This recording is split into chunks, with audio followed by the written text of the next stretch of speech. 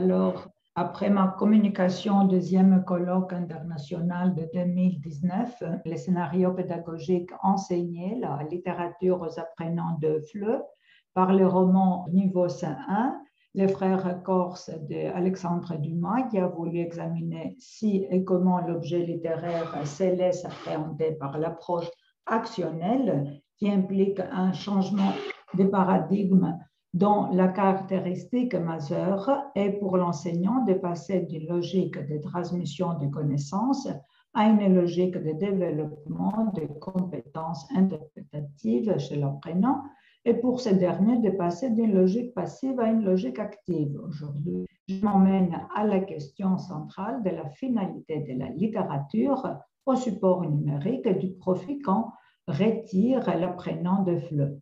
Évidemment, l'enseignement de la littérature évolue dans un contexte d'interrogation, voire de résistance relative aux valeurs portées par le texte littéraire, au contenu à transmettre, au dispositif didactique et la formation des étudiants ainsi que des enseignants en littérature.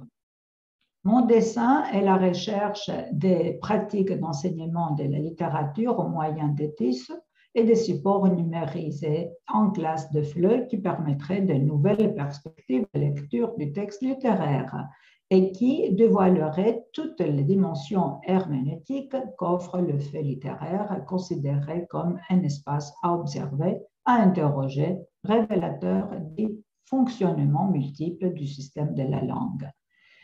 Sur ce, une courte présentation de la conception du dispositif didactique advient, ainsi que la présentation de la plateforme et des données de la mise en pratique de ce modèle d'enseignement de la littérature. La pertinence de cet environnement d'enseignement-apprentissage du FLE est démontrée par la mise en essai avant de se mettre en expérimentation de l'analyse des résultats apportés qui forgent notre posture réflexive sur la place et le rôle de la littérature au support de nouvelles technologies innovantes et motivantes. Ma proposition didactique, la littérature, un autre monde dans la classe de FLE, séquence numérique Victor Hugo, un homme, une histoire, est située dans un espace hybride centré sur l'apprenant, sur les objectifs précisés, sur des parcours divers, des ressources multiples et des situations pédagogiques adaptées. Ce travail se situe dans une continuité de travaux de ma recherche sur l'innovation et l'adoption des TIS dans l'enseignement de la littérature. Mon intérêt est l'introduction du texte littéraire parmi les supports d'apprentissage du FLE qui ouvrent la voie à de nouvelles approches des textes littéraires, à la manière de considérer la littérature dans les pratiques de classe. Son utilisation se voit conçue comme une série d'activités pédagogiques axées principalement sur les différentes catégories de savoirs, linguistique, socio-historique, culturel, stylistique, rhétorique, tout en approuvant le fait qu'il semble audacieux de chercher à mêler le texte littéraire et les technologies de l'information et de la communication indicative, tant sont distantes dans le temps comme dans l'esprit les deux types de ressources support de l'enseignement-apprentissage des langues. Par ce travail, je voudrais présenter l'intérêt que peut revêtir le fait littéraire en classe de FLE par les nouvelles technologies renforçant l'articulation du linguistique, du culturel et de l'appréhension de l'altérité. De plus, mon attention se porte sur les potentialités de nouvelles technologies et des dispositifs didactiques médiatisés en réfléchissant à la cohérence des activités langagières et socioculturelles en classe de FLE pour le développement des compétences en réception et en production. Ma démarche s'appuie sur la question comment la littérature et l'étude contribuent au développement de compétences de communication linguistique, discursive, référentielle, socioculturelle des apprenants du FLE dans un esprit d'innovation didactico-pédagogique. Je souhaite alors réviser la spécificité de la littérature en classe de FLE et ses finalités dans une perspective d'ouverture sur les potentialités contemporaines de la langue et inviter les enseignants à renouveler leur regard sur les faits littéraires et sa présence régulière à tous les niveaux du CSRL. Cet enseignement s'est fait dans l'espace-temps de la classe et en dehors à l'aide de la séquence numérique sur la plateforme Zipdo à 3 phases. Les activités de réception, la réalisation de travail collaboratif et la phase de méditation avant d'aboutir à l'évaluation de la progression des apprenants, c'est-à-dire que l'acte d'apprentissage se voit comme un processus qui relève à la fois d'une réorganisation des informations préexistantes et d'une régulation en interaction avec des domaines nouvelles. Un processus décomposé en 3 dimensions: intentionnalité, élaboration, métacognition. Ainsi, je m'engage à la fois dans des activités de développement obtenant une valeur pédagogique et dans l'analyse de ces activités consolidées du cadre théorique et scientifique existant, ayant suivi les étapes de l'analyse des besoins, de la conception et de la création du dispositif, de la mise à l'essai, de la mise en pratique et de l'évaluation. J'ai suivi les triptyques expérience, pensée et recherche pour la construction et la mise en œuvre de cet environnement d'apprentissage basé sur les 2 volets préconisés par l'ADA. Comprendre pour construire, car la construction d'environnements d'apprentissage efficaces et pertinents oblige à premier lieu à comprendre ce qui fait qu'ils sont efficaces ou qu'ils sont pertinents pour un public particulier. Pour apprendre quelque chose ou lever des difficultés d'apprentissage dans un domaine donné. Construire pour comprendre, car la pertinence d'un environnement d'apprentissage n'est démontrée que par un suivi attentif et rigoureux de ses effets et nécessite donc expérimentation, analyse et leçons tirées de l'expérimentation. En effet, j'ai investi sur les travaux antérieurs, les données scientifiques, les publications d'où ressortent des théories, un foisonnement sur la littérature, la culture et l'altérité. La place de la littérature dans l'enseignement des langues, la didactique du FLE et la didactique des textes littéraires. L'enseignement du FLE et de la littérature en Grèce. Aussi, j'ai accordé une grande attention aux données permettant d'une part de développer ma réflexion, de renforcer la crédibilité scientifique de mon écriture et d'autre part de mettre au point une intervention nouvelle à l'élaboration d'environnements d'enseignement-apprentissage du FLE qui pourraient succéder ou agir en parallèle avec les formes actuelles dominantes de l'enseignement des langues et de la didactique de la littérature. Pour rendre compte de la richesse de ces pratiques, je mets en perspective l'opinion et le comportement des participants sollicités à la mise en œuvre de mes propositions didactiques. Il s'agit des enseignants et des apprenants de FLE grec. La mise en pratique de notre dispositif s'est réalisée dans une institution privée, l'École de langue française et de culture ABC à Lesbos. L'idée des auteurs Roger et Sofield, selon laquelle un enseignement, à l'occurrence l'enseignement de la littérature en classe de FLE, ne doit pas se restreindre à l'imprimé, il doit inclure d'autres voies d'accès aux faits littéraires, les autres expressions artistiques, les influences populaires et la plurisémioticité des messages plurimodaux, amenant l'apprenant dans la société où il vit et il se développe, constitue la source d'inspiration de ces modèles didactiques pour des apprenants du FLE niveau B2 vers C1 à l'objectif interculturel. La méthode choisie avec l'apprenant est inductive et analytique dans un contexte d'enseignement dont les contenus sont définis selon les objectifs fixés en faveur d'une évolution thématique de chaque étape de la séquence pédagogique. Alors, précisons qu'il s'agit d'un dispositif didactique médiatisé dont la conceptualisation s'appuie sur un scénario pédagogique présentant une valeur ajoutée pour l'enseignement-apprentissage de la littérature et qui s'élabore en étapes distinctes, mais étroitement liées. Pour proposer un contenu d'un abord léger profitant des liens hypermédias, nous avons accordé toute l'attention nécessaire à la page d'accueil, présenter de façon claire, informe sur le contenu du site et sur les possibilités de navigation dans celui-ci. L'architecture de l'information et une structure du site simple et cohérente, deux types d'architecture sont combinés. La séquentielle qui permet l'organisation des pages, étape du général au particulier, et l'organisation hiérarchique en liaison avec la page d'accueil. La présentation des pages attend que moyen d'action, elle se situe dans une relation entre l'usager apprenant et son objectif, dont la présentation détermine l'accomplissement de la tâche visée.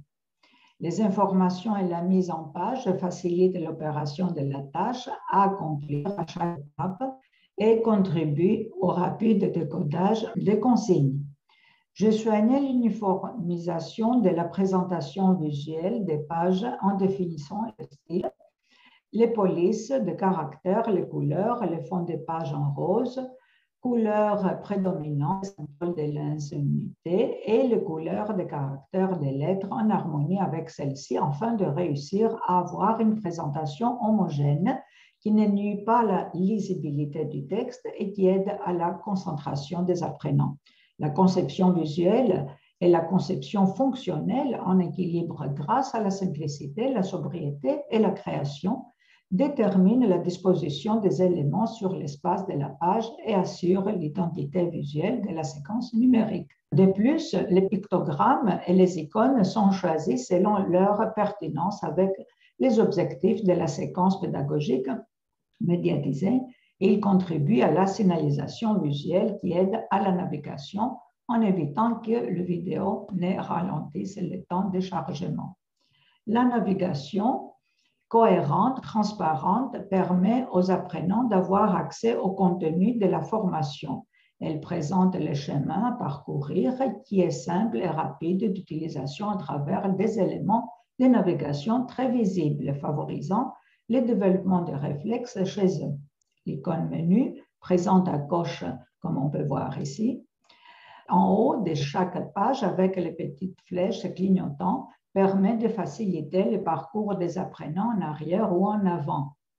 Encore, les liens figurants sont appliqués sur les mots précisant l'information donnée en mentionnant aussi les URL. L'interactivité, interaction contextualisée ont capté mon attention aussi pour la stimulation et les biens fondés des interventions inscrites dans cette forme d'apprentissage.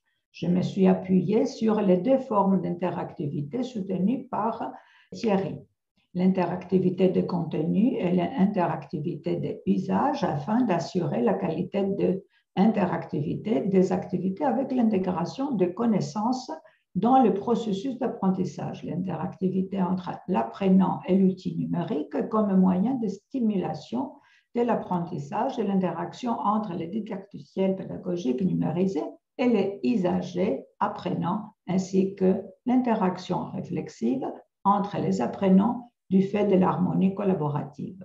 Cette séquence numérique repose sur la coopérativité, la pédagogie progressiste et la technologie afin d'impliquer les apprenants dans les activités de partage. Elle conserve la communication entre usagers, apprenants et machines, ainsi que les dialogues entre les humains, apprenants, enseignants, avec la possibilité d'agir selon le contenu. La durée de l'enseignement, 9 heures à présentiel et 5 heures à distance. Le scénario pédagogique est réalisé en 5 séances en présentiel, la première de 2 heures et les autres d'1h30 ou de 2 heures. Parallèlement, les élèves doivent se trouver en groupe, hors classe, en investissant sur la rédaction de l'exposé, de la réalisation, de la présentation le jour de la manifestation culturelle à l'Institut français de Grèce.